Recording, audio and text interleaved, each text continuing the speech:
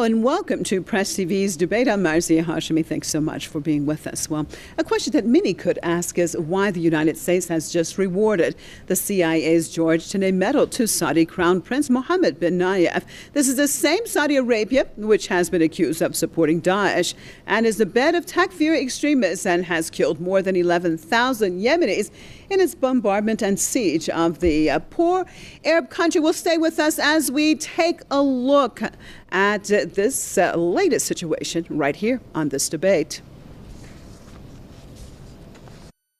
The U.S. Central Intelligence Agency has awarded its George Tenet Medal to Saudi Crown Prince Muhammed bin Nayef for what the agency described as his intelligence work in the fight against terrorism. Nayef received the medal from CIA Chief Mike Pompeo during a ceremony in Riyadh. The Saudi Crown Prince said ties between his country and the United States are strategic and historic. He stressed the award shows Washington's recognition of what he called Riyadh's anti-terrorism efforts. This is while Saudi Arabia stands accused of arming and financially supporting terror groups in Syria. The terrorism in the world today is almost completely the product of major national governments, beginning with the U.S. and Israeli governments, and the Saudi government pretty much is up there too in the top three. The Saudis are the ones who are funding all of the Wahhabi terrorism, the Takfiri terrorism, ISIS, Al-Qaeda, and so on. That's all supported by the U.S. and Israel, but it's all coming out of Saudi Arabia. So giving them a medal for fighting terrorism is enough to make you not know whether to laugh or cry.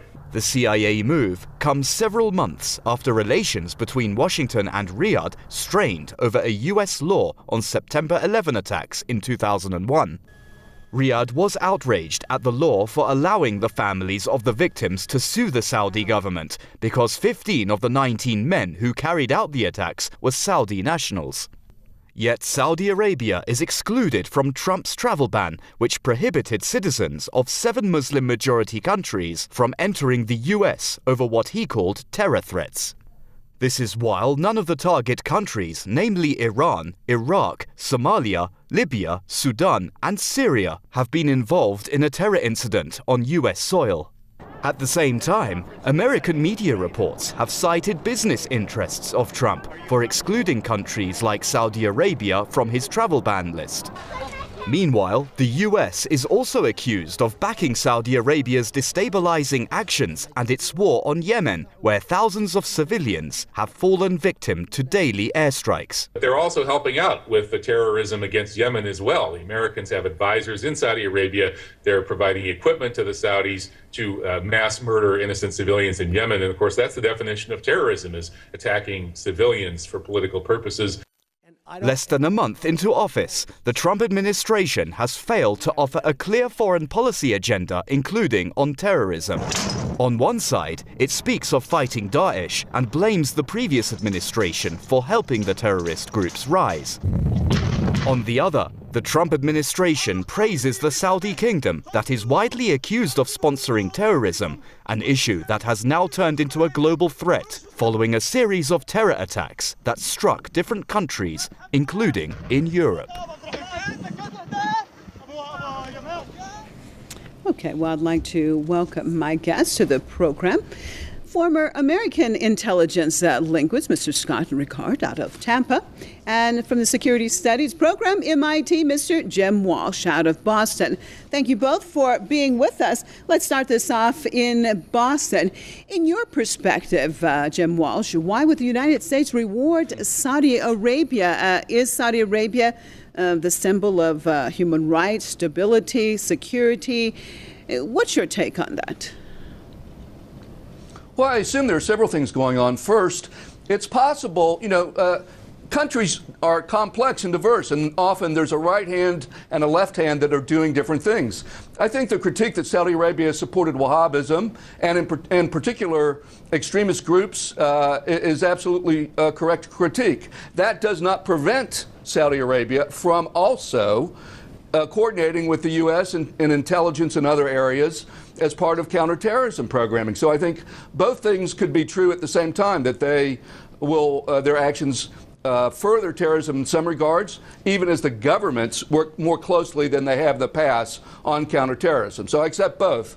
And then I think, obviously, these are two countries that have a friendly relationship, and giving a medal, you know, I don't. It's not big news here in the U.S. I don't. You know, I couldn't find a newspaper that was really running the story.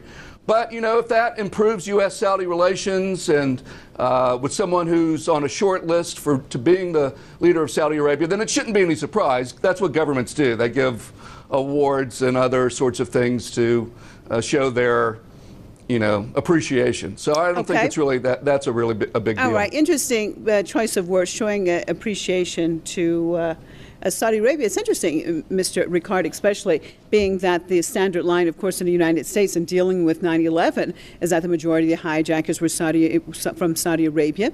And, of course, we know that Saudi Arabia has been supporting terrorism actually in Syria, in the region. And, of course, we know that it is also the center of the takfiris. Your take on comments made by Mr. Walsh and also what I've just said. Well, first of all, I mean, the facts speak for themselves. I mean, Saudi Arabia, a country of, you know, under 30 million people, has a tremendous budget. 25% of their annual GDP goes to military equipment. It's almost $80 billion. And when in comparison, 75 million people, say in Iran, have less than $15 billion on their annual budget for their military defense. So, you know, obviously a country that's about a third of the size of Iran spending at least 4 to 5 times as much on military equipment. I think there's an incredible disparity there that needs to be addressed. At the same time, you know, it's comical the way that Mr. Walsh tries to defend the indefensible around, oh, well, maybe they do actually supply terrorists, but at the same time, they're trying to fight terrorists. So, you know, and obviously that same unfortunate excuse goes to the United States as well. The United States is absolutely funding terrorists and absolutely fighting terrorists. So, you know, there's a tremendous hypocrisy here. Obviously, it's not carried in American newspapers because it's a tremendously a hot topic. It's a hot potato. And nobody wants to be involved with a country that is sponsoring terrorism. And certainly the Americans don't talk about their own sponsorship as well in the American news. So let's be clear here that this is yet again a spin on facts. That's what happens, unfortunately, in the American school systems as well, where Mr. Walsh works, unfortunately. There's a massive amounts of alternative facts being actually taught to our collegiate students, unfortunately. Okay, what about that, Mr. Walsh, when we see the current situation? Well, it was a wide-ranging comment, wasn't it? Well, go ahead. You want to comment on his comment? Go ahead. Sure. It was. I mean, was it good? You know, where does one begin? So it's certainly true that Saudi Arabia spends more of has a bigger military budget, and it's the second biggest arms buyer in the market. It and South Korea compete in that way.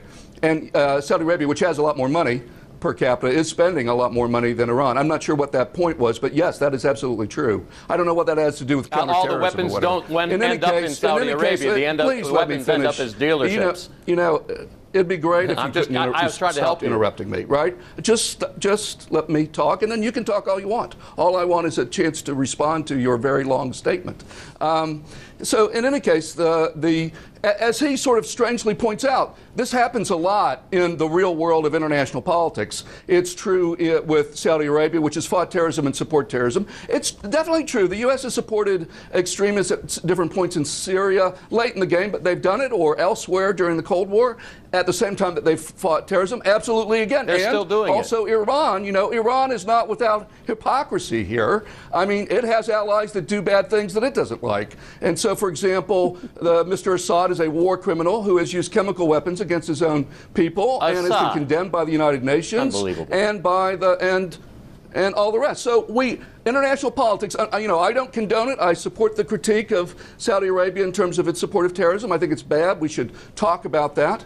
The war in Yemen is bad. But let's not pretend that this is hypocrisy only applies in one place. Mr. Walsh, I mean, it's interesting. It is very interesting. It is very interesting, sir, and the way you are presenting this, indeed. Let's look at the situation. You mentioned it sort of in passing. It is bad what Saudi Arabia is doing in Yemen. What about that that use of the verbiage that it is bad. More than 11,000 people have been killed, have been bombarded by the Saudi regime and continually being supplied by the British, by the Americans, the same Saudi regime. And now this same Saudi regime actually is being rewarded. Mr. Rickard, what is going on? Does the West support terrorism, encourage terrorism, or is it against terrorism? Well, I've said this before, the strong will always, unfortunately, take what they want from the weak. The Americans have an incredibly strong military, incredibly strong military-industrial complex.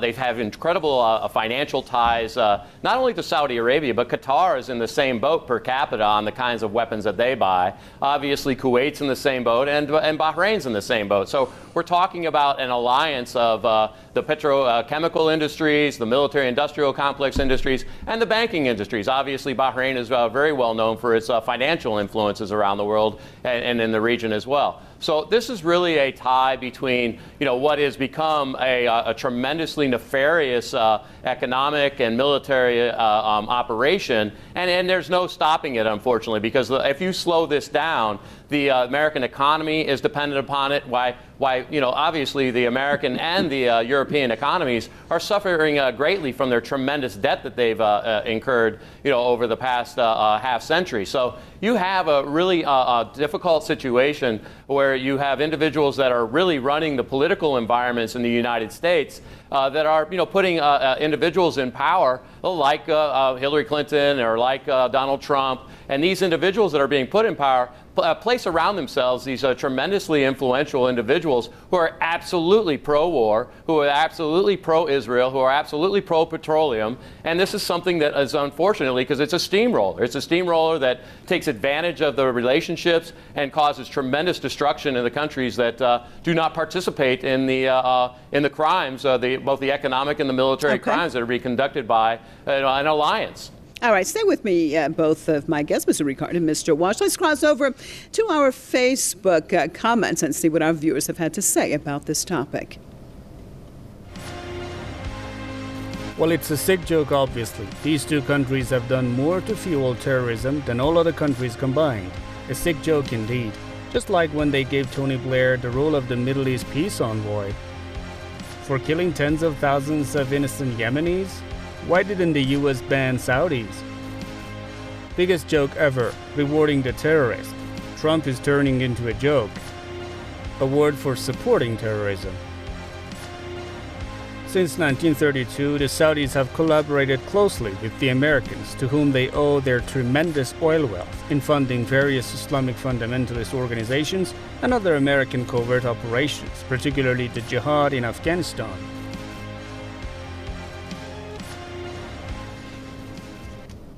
Well, what about that, Mr. Walsh? You heard some of our viewers' comments, basically saying that everything is turning into a joke. And looking at the current administration, they also refer to, of course, we know the 7 countries that the travel ban that has recently been implemented, then suspended. However, curiously enough, of course, Saudi Arabia is not on that list. And here we see, though, that Saudi Arabia, in actuality, is being rewarded by Washington. Your take, sir?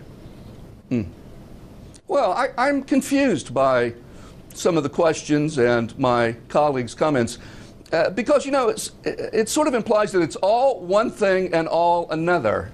And that's not the way the world works. Iran is not the perfect country in the world, and the U.S. is not just Satan and evil, and that's the only two choices. Governments make compromises, engage in hypocrisy, have allies that are unpleasant countries, and that's true in international politics. That's the way the world works. And so the only way to faithfully and authentically respond to that is not through ideology where we have conspiracy theories or, constantly prodding at the Saudi-Iranian rivalry. The way to deal with that is to be honest and critique everything that is bad. So Saudi Arabia supporting terrorism, bad. Saudi Arabia carrying out a war in Yemen, bad. Things that the Iran has done in supporting Assad, bad. Things the U.S. has done, while you're doing it, you're saying the good and bad, Mr. Walsh. So let's check the good column in your perspective. Saudi Arabia, good at, please, fill in the blank. So in this case, it would I'd say the main things are, from a U.S.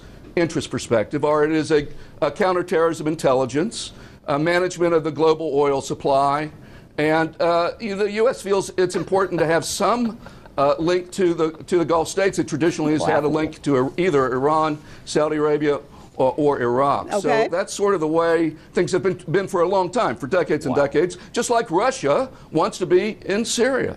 That's their ally. All right. Well, what about that, Mr. Rickard? Let's look at the column that has been checked good by Saudi Arabia, according to Mr. Walsh, and what actually that means for regional and global security.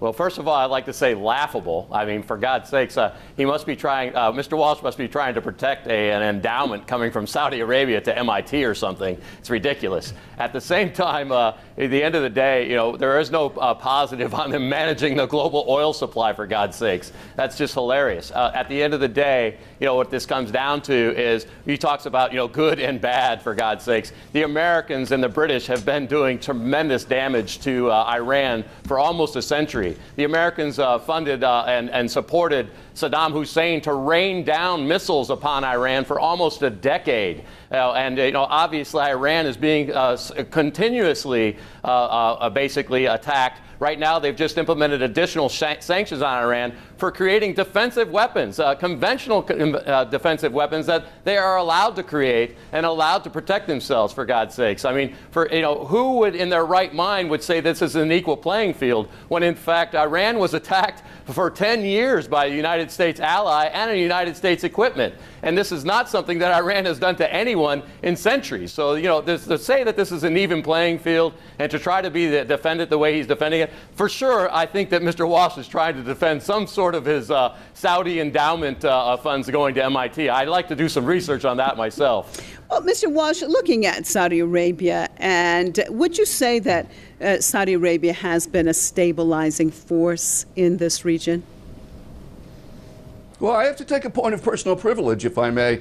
Your guest just made a personal attack on me and seemed to laugh about it while doing it. Of course it is. So he accuses me of taking money from Saudi Arabia and offers no evidence to that. And so from this point forward, I will not appear with him until he apologizes. Find out. After he does his research. But please do, and then I look forward to that on-air apology.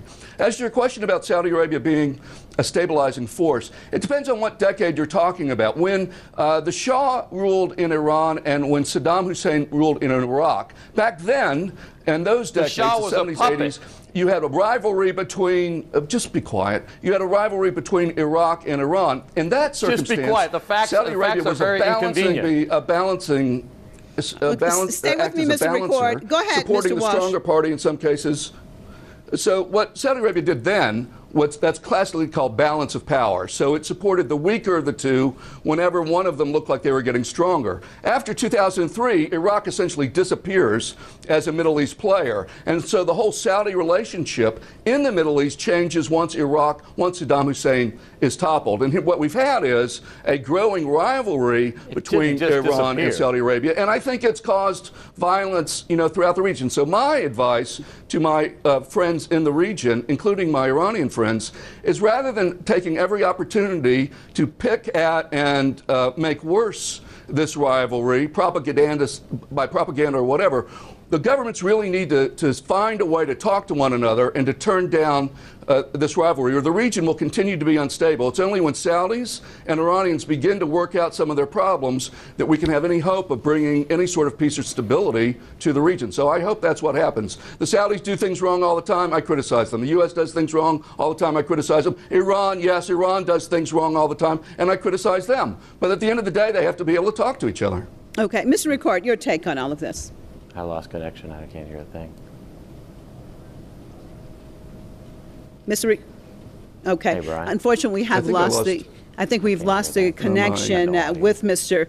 Rickard in Tampa, and I'll just give this last question. Then I think they cut me off, or Mr. they have Walsh? an audio problem. Mr. Walsh, can you hear me? Okay, we have lost both of our connections, unfortunately. I'd like to thank both my guests for being with us on this debate. Mr. Scott Rickard, former American intelligence linguist out of Tampa, Florida, and out of Boston, Mass. Mr. Jim Walsh from the Security Studies program at MIT.